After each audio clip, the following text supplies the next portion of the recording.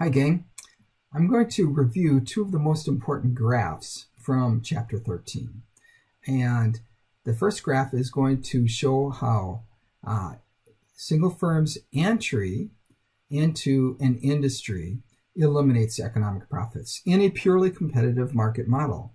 Now, the example that I'm going to give you is not quite purely competitive, but it applies to what we're talking about today, so it'll be a lot more understandable.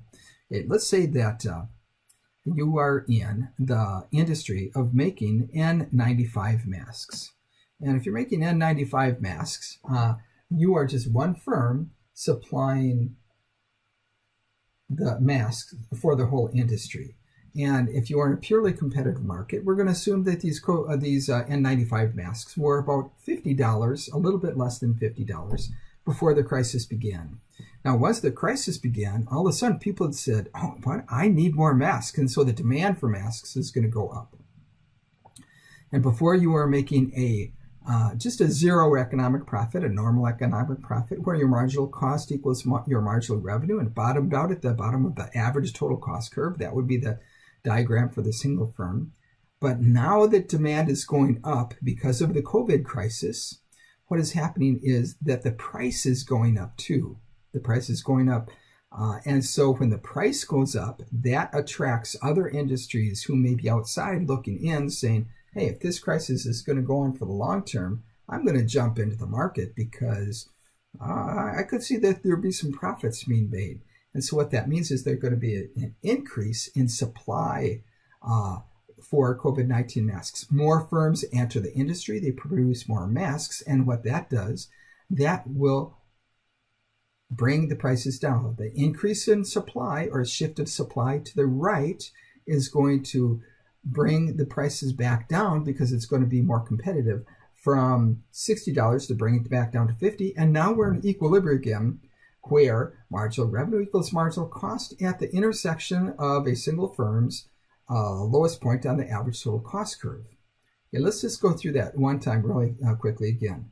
Demand goes up, the price goes up. And as the price goes up, that attracts more firms into the industry. What happens then? That means that the supply curve shifts to the right. And as the supply curve shifts to the right, more firms in the industry brings the price back down to a normal economic profit. Now let's take a look at the second example. And that would be where exit eliminates losses. Now, instead of using N95 masks, we're going to talk about gasoline. And I'm not going to stick with the $50 and $60 and $40 price. I'm going to use what it actually was. Before the crisis, we may have had firms supplying petroleum and gasoline at a price of about a little above $2 a gallon. Well, since the crisis began and recognized this isn't a purely competitive industry in terms of gasoline, but the logic still holds. Since the crisis began, the demand for gasoline has gone down. People are going outside less. So as the demand goes down, the price went down from above $2 a gallon down to what I just saw today, down to $1.39 a gallon. I haven't seen gas that cheap for years. And when that happens, some firms are going to say, I can't afford to supply gasoline at $1.39. So they get out of the market. What that means is the supply is going to shift to the left. And as the supply shifts to the left, that will push the price back up to a normal profit where marginal cost equals marginal revenue intersecting at the bottom of the single firm's average total cost curve. So let's go through that just one more time again so you can see how it is constructed. Here's the gasoline market. Not necessarily purely competitive, but the logic still holds. People are driving less. That means they demand less gas. As they demand less gas, the price of gasoline is going down.